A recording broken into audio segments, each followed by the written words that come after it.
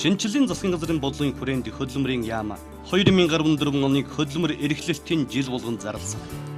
Энэ дагуу нийслэлийн хөдөлмөрийн газар нийслэлчүүдийг ажлын байраар хангах, тэр дундаа оюутан залуучуудад хөдөлмөр эрхлэх боломжийг олгох ажлыг эрчимжүүлж байна. Учир нь манай улсын 15-аас 24 насны залуучуудын 28.1%-ийг ихтэй сургууль, коллеж, мэргэжлийн сургууль төвлөрлийн төвүүдэд суралцж буй оюутнууд эзэлж байна. Гэтэл оюутан залуучуудад хичээлийн бус цагаараа хөдөлмөр эрхэлж, өөрийн хэрэгцээнд шаарддаг санхүүгийн асуудлаа шийдвэрлэх боломж хомс байдаг.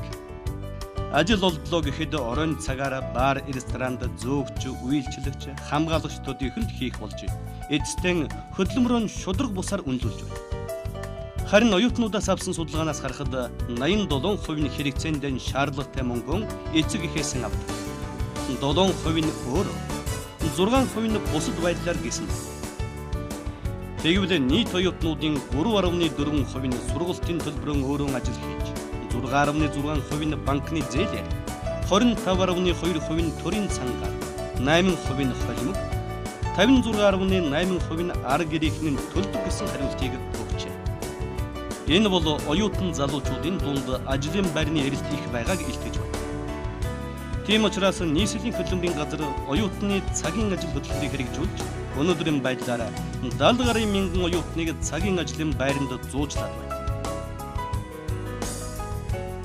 Үүнийг сургуулиудаар нь авч үзвэл шинжлэх ухааны технологийн их сургууль 23%, Монгол улсын их сургууль 21%, санхүү эдийн засгийн дээд сургууль 17%, их засаг олон улсын их сургууль 13%, хөдөө аж ахуйн их сургууль 11%, политехник 10%-ийг, Монгол улсын боловсролын их сургууль 5%-ийг бүрдүүлж байна.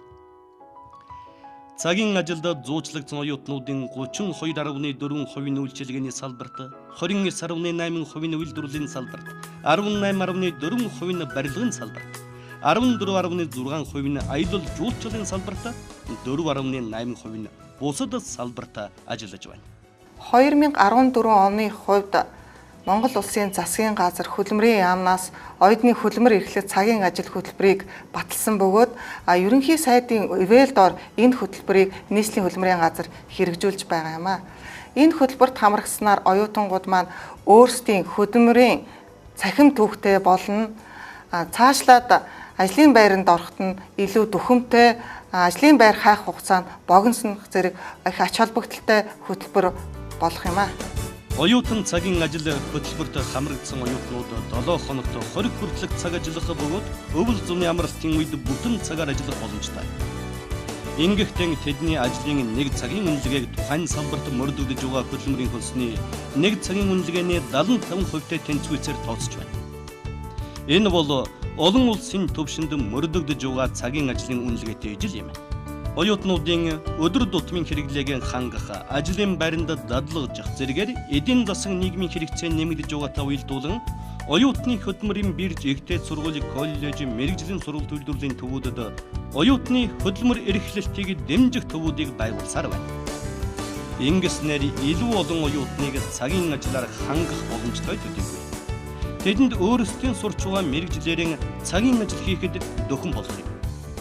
Улаанбаатар их сургуулийн оюутны хөдөлмөр эрхлэх төв нь нийт Улаанбаатар их сургуулийн суралцж байгаа оюутнууд болон төгсөгчдөд ажлын байр, цагийн ажиллаар бас зуучлах, бас тэдний ажлын хөдөлмөр эрхлэлтийн судалгааг бас тогтмол гаргах чиглэлээр сургалт, семинар, судалгааны ажлуудыг бас хийж байна.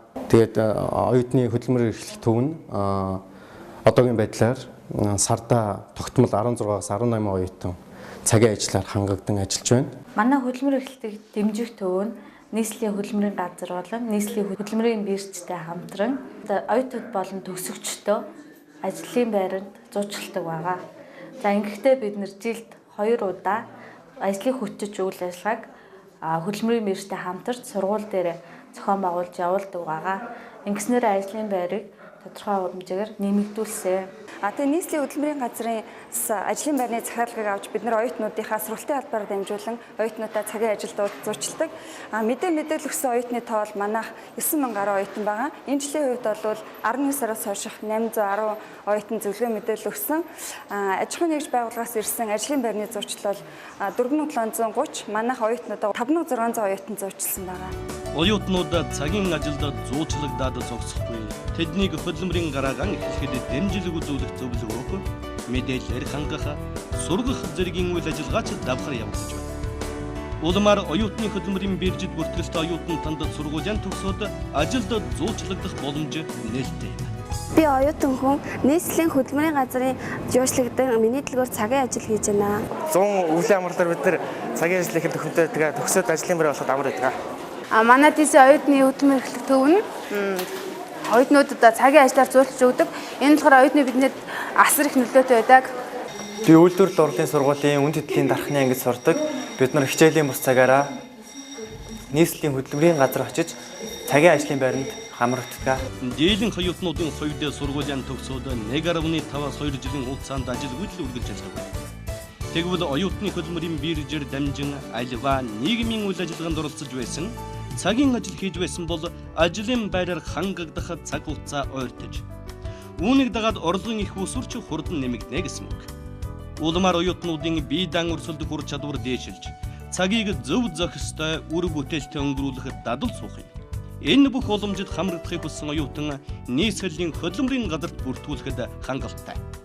Тухайн оюутны сонирхож байгаа ажлын хүсэлтэд бэлэн болох хүлээлт байхгүй.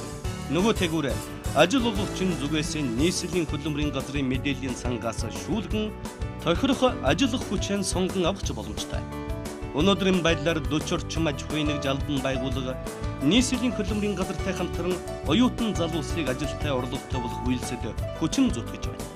Ингэж оюутан залуусыг ажилтай болгосныхон төлөө ажил олгогч оюутан долоосон цалингийнхаа 50%-ийг хөдөлмөрийн сангаас нөхөн авч байгаа гэдэг харилцсан ачигтай ажиллаж байна. Миний сурч дэлгүүр нь нийслэлийн хөдөлмөрийн газартаа олон жилийн хугацаанд туршид хамтран ажиллаж байгаа. Жишээ нь гэх юм бол оюутны цагийн ажиллангаар жинлэгч, угтагч, өргөгч гэх мэтчлэн олон цагийн ажилтнууд ингээд авч ажиллаулдаг. 2014 оны 5 сарын 15 дээр миний зунжин дэлгүүр маань нэгдэх байгаа. За энэ дэлгүүртээ болохоор цагийн ажилтангаар 103 сард ажилладаг энэ юунууд маань оюутнуудад ихэвчлэн боломжтой байдаг. Тэгэхээр энэ дээр болохоор сүүлийн байдлаар захиалга өгөөд хамтраад ингээд ажиллаж байна. За манай компани бол Best Western Premier туушин зочдууд л 5 хоттой энэ зочдууд л байж байгаа. За нэгдсэн цагаас хойш бид нар оюутнуудыг яаж цагийн ажиллаар хангах уу? Тэднэрт яаж ажлын дадал олгох уу гэдэг талаар бол олон ажлуудыг хийлээ. За давхарцсан тоогоор манайх нийтдээ бол нэг 500 гаруй оюутнуудыг цагийн болон үндсэн ажлаар хангаж ажиллаж байна. Оюутан залуус